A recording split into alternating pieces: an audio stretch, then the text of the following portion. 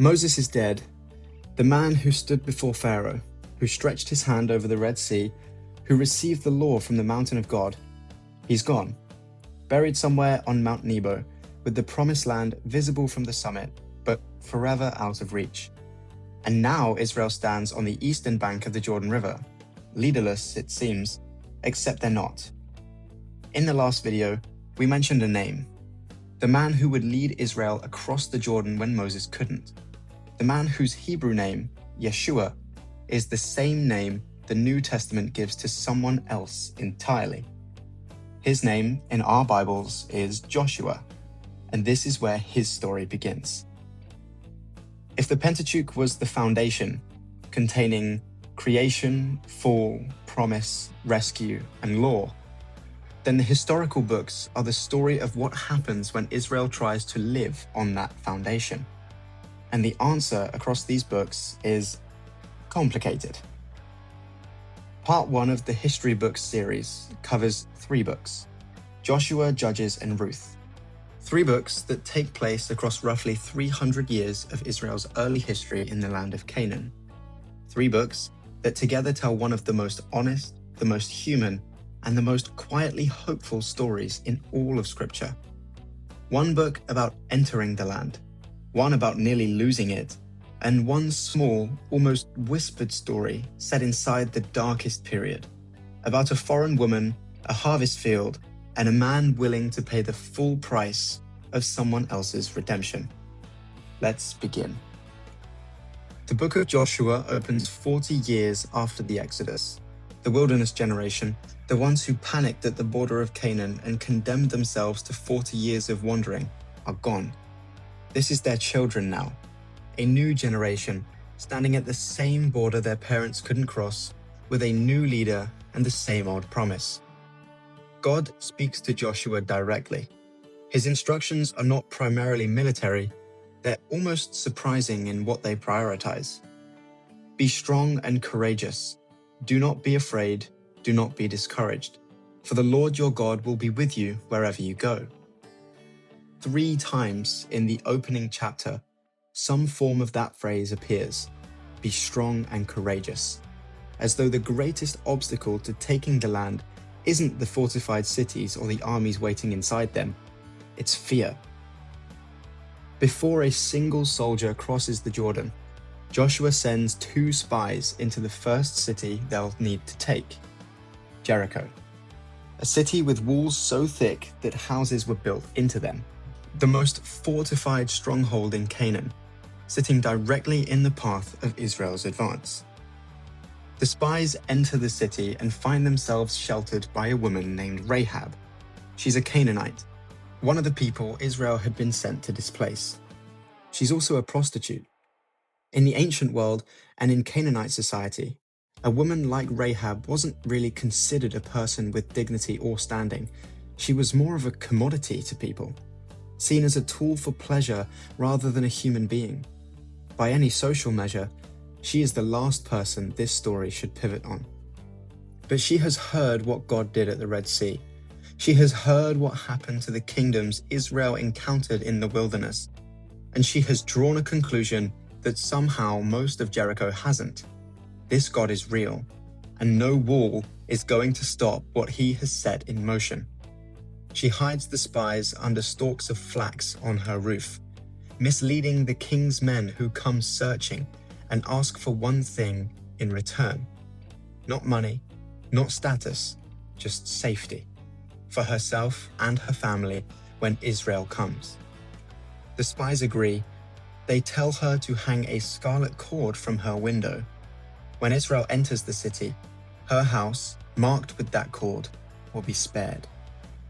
A mark, a cord, hung from a window. The same logic as the blood on the doorpost that we saw from Exodus chapter 12. A Canaanite woman, the most unlikely candidate for inclusion in Israel's story, saved by something visible and crimson. And then, in Matthew chapter 1, in the genealogy of Jesus, 5 verses in, a name appears in the family line. Salmon, the father of Boaz, whose mother was Rahab. She's in the lineage. And keep hold of that name Boaz, because we'll come back to him before this video is over. The Canaanite prostitute with the scarlet cord becomes the grandmother of one of the most remarkable men in Israel's history, and an ancestor of the Messiah himself. The writer of Hebrews, listing the great heroes of faith in chapter 11, includes her by name, not despite her past, but as evidence that the family of Abraham was always a family of faith, not merely of bloodline. The Bible does this so consistently, so deliberately, that at some point you have to stop calling it a coincidence. The crossing of the Jordan should have been straightforward. The spies are back, the plan is made, but Joshua 3 tells us one detail that changes everything. The Jordan is at flood stage. It's not a shallow ford they can just walk through. It's a swollen, fast-moving river at its most dangerous time. And God's instructions aren't to wait for it to settle. The priests carry the Ark of the Covenant, the visible symbol of God's presence among Israel, to the water's edge, and they step in. Before the miracle, before the waters do anything, they have to step first. The moment their feet touch the water, the river stops.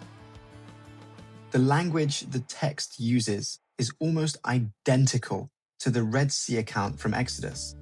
It piles up on purpose, so you feel the echo. Another body of water, another impossible crossing, a new generation receiving the same God who parted the sea for their parents.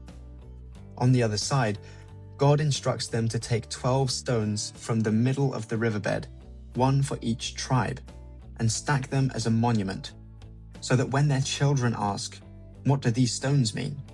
they'll have something to point to. An altar built not from sacrifice, but from memory, because the danger, as Israel will repeatedly demonstrate, is forgetting their God. What follows is the campaign for Canaan. And from the very first battle, something is made clear about how this conquest is meant to go down. Jericho doesn't fall to siege weapons or tactical brilliance or even superior numbers. It falls to silence and a shout. God's instructions to Joshua are, by any military standard, completely absurd. The army is to march around the city once a day for 6 days in complete silence, with 7 priests carrying trumpets ahead of the ark. On the 7th day, they march around 7 times. The priests blow the trumpets, and then Joshua tells the people, "Shout, for the Lord has given you this city." They shout, and the walls fall down flat. Every wall, simultaneously collapsing outward, which is the detail the archaeology at Jericho is most striking about. The walls fell outward, which is not what happens when a city is besieged from the outside. Outward collapse is what happens from within. One section of wall, however, remains standing. The section built into the wall on the north side of the city, where a scarlet cord hangs from an upper window.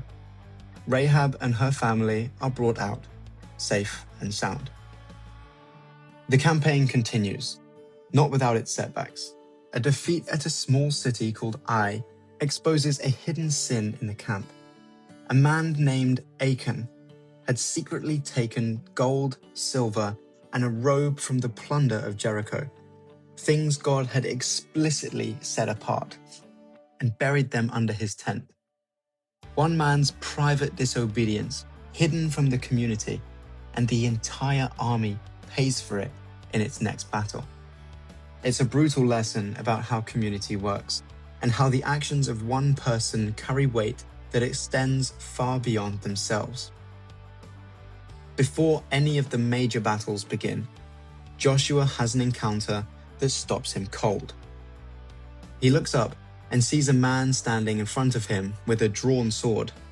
Joshua walks towards him and asks the obvious question: "Are you for us or for our enemies?"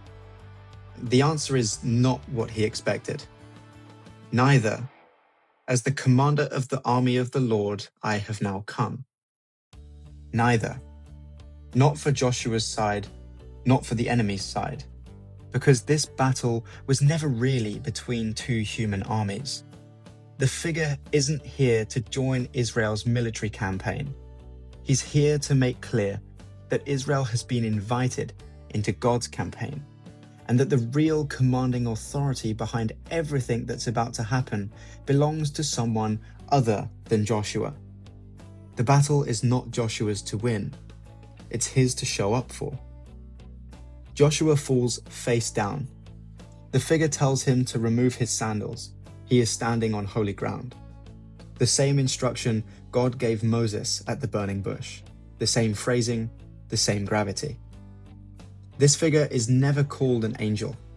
He accepts Joshua's worship without redirecting it, and he makes clear that whatever Joshua thinks he's commanding, the real military authority here belongs to someone else entirely. Many readers across centuries of biblical scholarship have seen in this figure something more than just a messenger. A glimpse of the one who would one day come, not with a sword, but with a cross, and win a far greater battle by the same counterintuitive logic, not by force, but by surrender. The land is taken, distributed among the tribes, and in the middle of all the geography and boundary lines, one moment stands out. Caleb walks up to Joshua. He's 85 years old. He was one of the 2 faithful spies, along with Joshua himself, who came back from Canaan 40 years earlier with a good report about the land, when the other 10 panicked and the people lost their nerve. That day, while 10 trained soldiers saw giants and felt like grasshoppers, Caleb saw the same giants and concluded that God was bigger. Nothing in 40 years of wilderness has changed that conclusion. He says, "Here I am today, 85 years old. I am still as strong today as the day Moses sent me out. Give me this mountain." The mountain, still occupied by the giants, the very giants that had terrified the entire nation before, and Caleb, at 85, full of the same faith that set him apart 4 decades earlier, wants the hardest assignment that remains, not because he's reckless, but because he never stopped believing what he believed the first time he saw the land. He goes to the mountain and he gets it.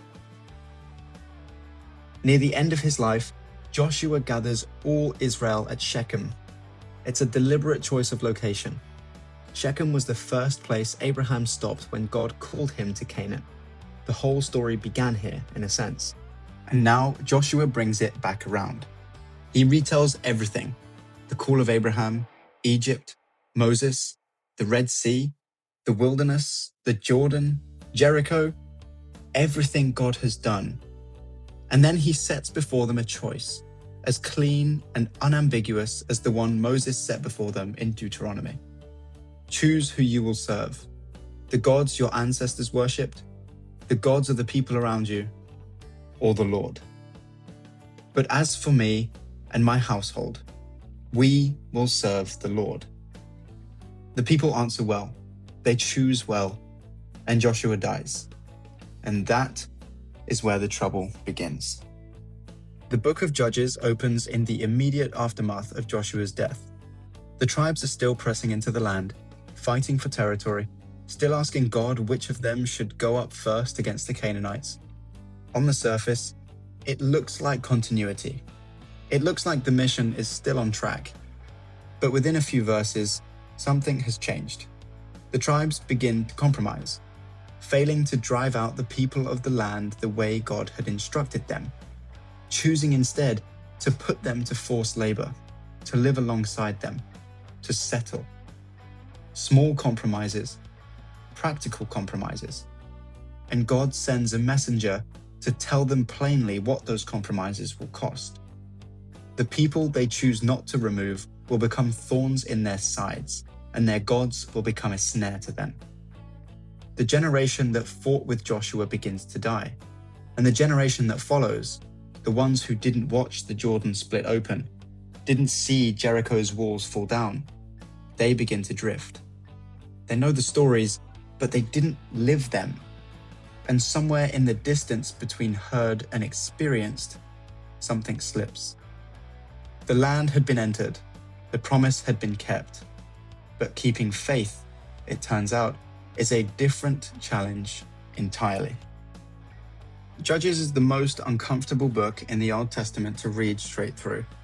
Not because it's boring, it isn't at all, but because of what it shows you about human nature when left without an anchor. The book runs on a single repeating cycle. Israel settles in the land and rests. Then, gradually, generation by generation, they begin to absorb the culture around them. They start worshipping the gods of Canaan, Baal, Asherah, abandoning the God who brought them out of Egypt. An oppression follows. A foreign nation moves in and dominates them. Israel cries out. God raises up a judge, a deliverer, who rescues them. Then there's a period of peace, and it starts all over again. 6 full rotations, and each cycle is worse than the one before. The thesis of the whole book appears like a refrain, repeated until it lands. In those days, Israel had no king. Everyone did what was right in their own eyes. The writer isn't just reporting history, he's making a diagnosis, and he's asking a question the whole book exists to raise. What does Israel actually need? The judges themselves are a remarkable collection of people. Almost none of them are who you'd expect. Deborah is a woman, the only female judge, and the most straightforwardly effective leader in the whole book. Israel's military commander, Barak, refuses to march against the Canaanite general Sisera without her beside him. She agrees to go, but tells him plainly, the honor of victory won't go to him. It will go to a woman, and it does, though not to Deborah. A woman named Jael drives a tent peg through the skull of fleeing Sisera while he sleeps in her tent. Judges is not a comfortable book. Then there's Gideon. God finds him hiding in a winepress, threshing wheat in secret so the Midianites won't take it. The angel of the Lord appears and addresses him as mighty warrior. Gideon's response is essentially, have you got the right person? He lists everything that disqualifies him. His clan is the weakest in Manasseh, he's the least in his family. And then he asks for a sign after a sign before he believes what God has said about him. God gives him the signs, and then, when Gideon has assembled an army of 32,000 men to fight the Midianites, God tells him it's too many. He sends most of them home, down to 10,000. Still too many. Down to 300. 300 men, armed with trumpets and torches inside clay jars, against an army the text describes as thick as locusts and too numerous to count. Gideon's army wins. Of course they win. But they win in a way that makes it impossible to credit the victory to human strength, which is the entire point of the story. 300 men with torches and clay jars against an army too numerous to count. The victory belongs to God, and the method makes sure everyone knows it. Centuries later, Paul writes to the Corinthians, God chose the weak things of the world to shame the strong, and God still does this today. But Gideon's story doesn't end well. From the gold collected in the spoils of battle, he fashions a golden ephod, a priestly garment, and the text records something sobering. It became a snare to Gideon and to his house. The man who was too weak to become a warrior becomes a man whose trophy becomes a trap. His son Abimelech murders 70 of his brothers and sets himself up as a ruler. The cycle lurches downwards once again. And then there's Samson. Samson is the longest and most complex story in Judges, and the hardest to summarize without losing something important. He's set apart at birth, a Nazirite, consecrated to God, supernaturally strong in ways that defy explanation. He's also impulsive, self-destructive, and consistently his own worst enemy. Long before Delilah enters the story, Samson has already shown a pattern of playing with fire, and Delilah turns out to be the one who finally gets him burned.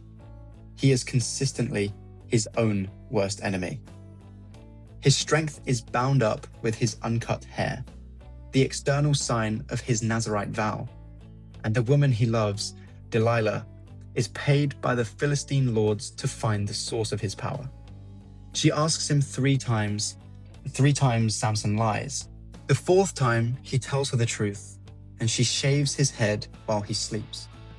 He wakes to find the Philistines on him. He assumes he can just shake them off as he has done before, and the text says quietly, devastatingly, but he did not know that the Lord had left him.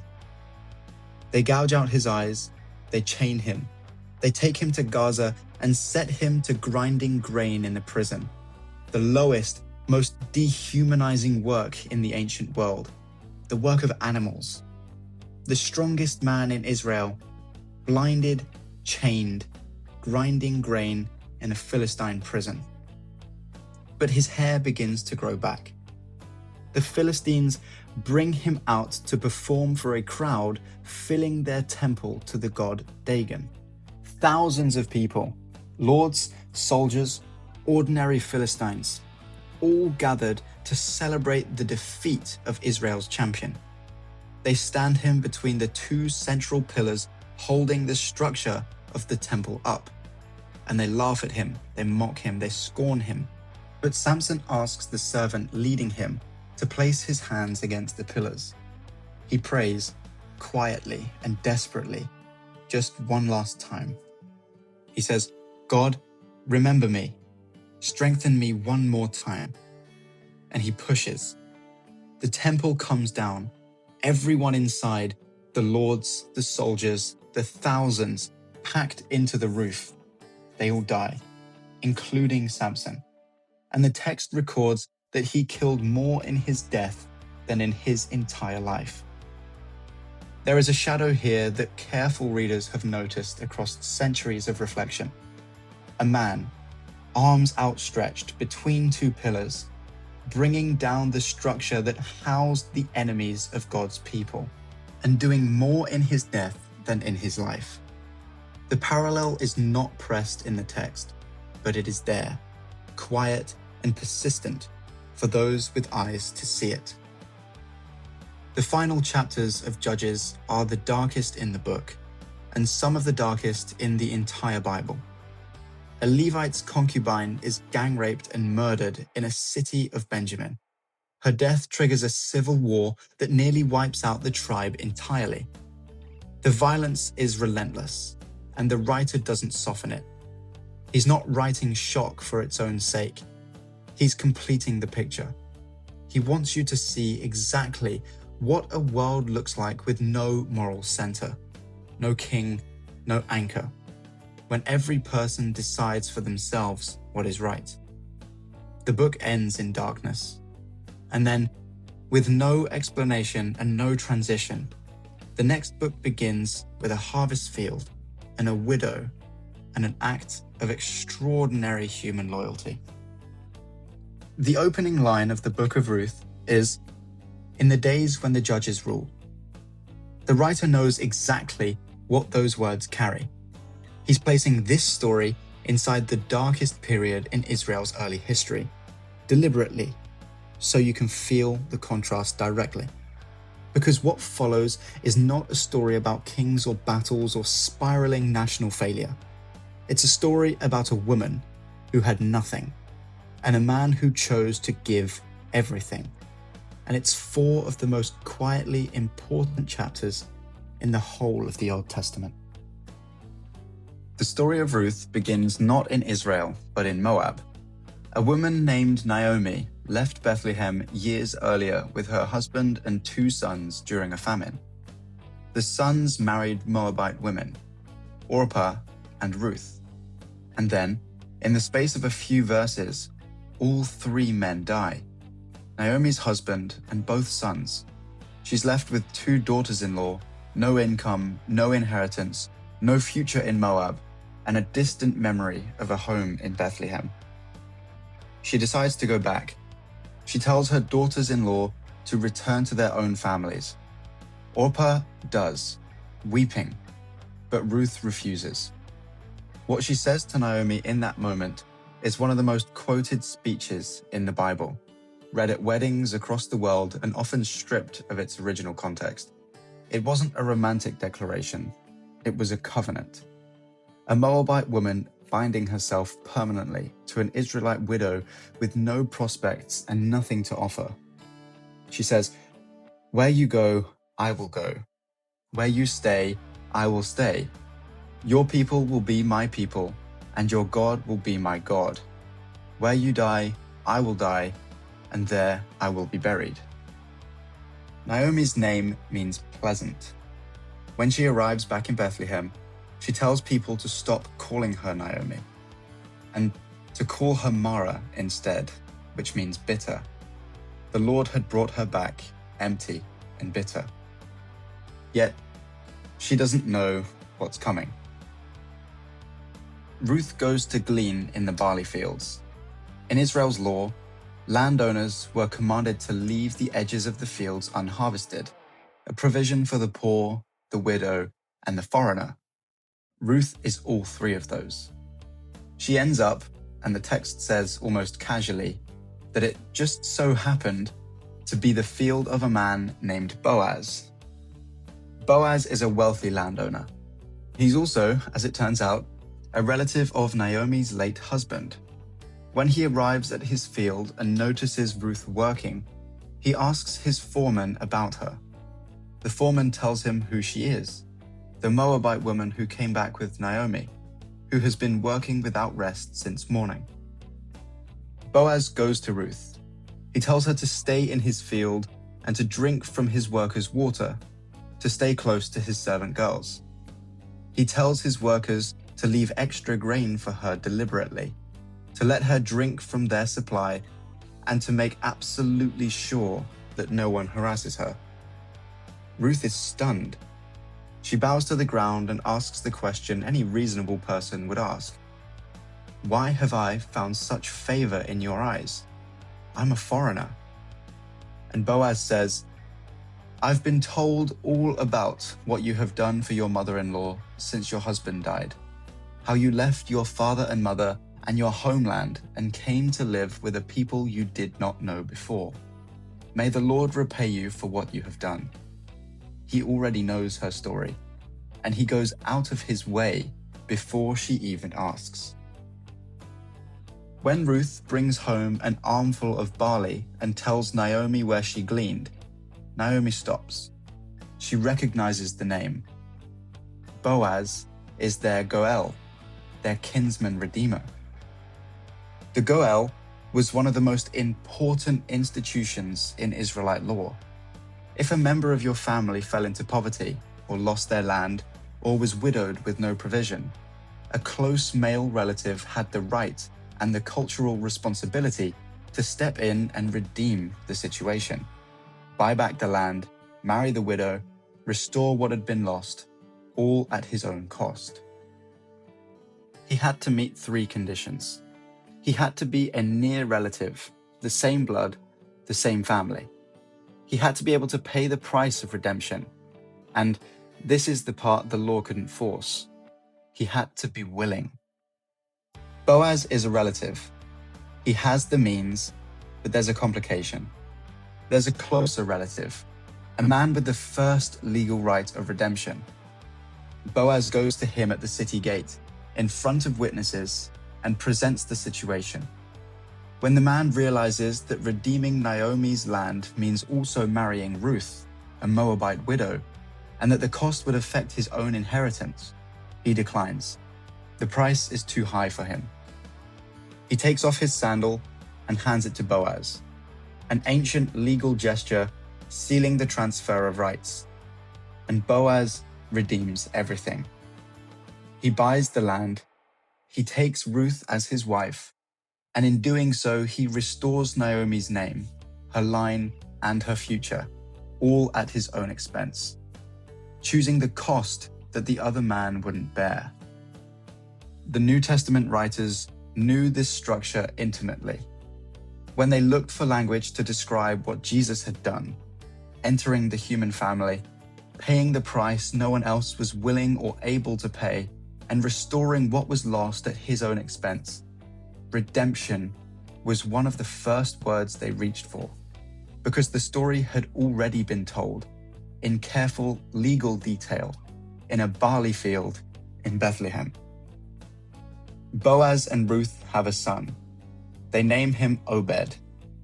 The women of Bethlehem gather around Naomi, who arrived home calling herself Mara, bitter and empty. And they say, "Praise be to the Lord, who has not left you without a kinsman redeemer." The book of Ruth ends with a genealogy.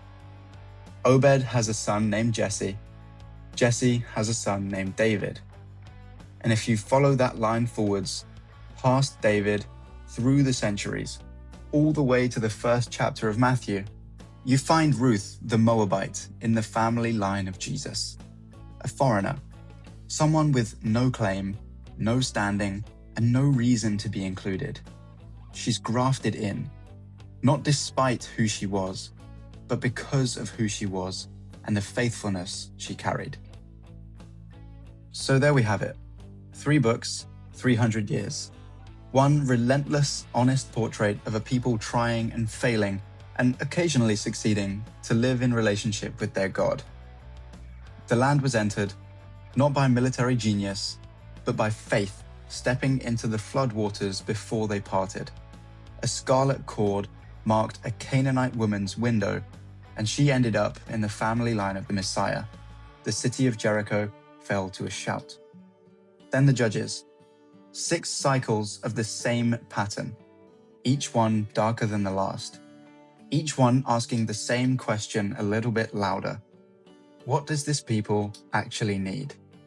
Not another deliverer who rises and falls with the generation. Not another Samson, strong one moment and blind the next. Something more, someone who doesn't fail. And then Ruth, set deliberately inside the darkest chapter of Israel's history, as if the author wanted to make sure it couldn't be missed. A foreign woman, chosen and included. A redeemer who was willing to pay the price the law couldn't force him to pay. A child born at the end who carries a name the whole story has been building towards. David. Part 2 begins with that name. The shepherd boy who becomes the greatest king in Israel's history, and the king whose throne, according to God's promise, will be held by a descendant of his forever. That promise is where everything in the next chapter is heading. So that's Joshua, Judges, and Ruth. The land entered, nearly lost, and quietly redeemed in more ways than one. If you haven't seen the introduction video for this channel yet, it's linked in the description. It'll give you the bigger picture of what we're building here. The Pentateuch video is the first video in this series and should be on the top left of your screen now. As always, if you don't have a Bible yet, I would recommend that you get one. Or you can download the free YouVersion Bible app, which I'm not affiliated to, but you can find the download link in the description. Next time, part 2 of the historical books, Samuel and the rise of God's kingdom, where Israel finally gets the kings they've been asking for, where that king turns out to be the most complicated man in the whole of the Old Testament, and where a promise is made that the Bible never lets go of. Subscribe so that you don't miss it, and I'll see you in the next one.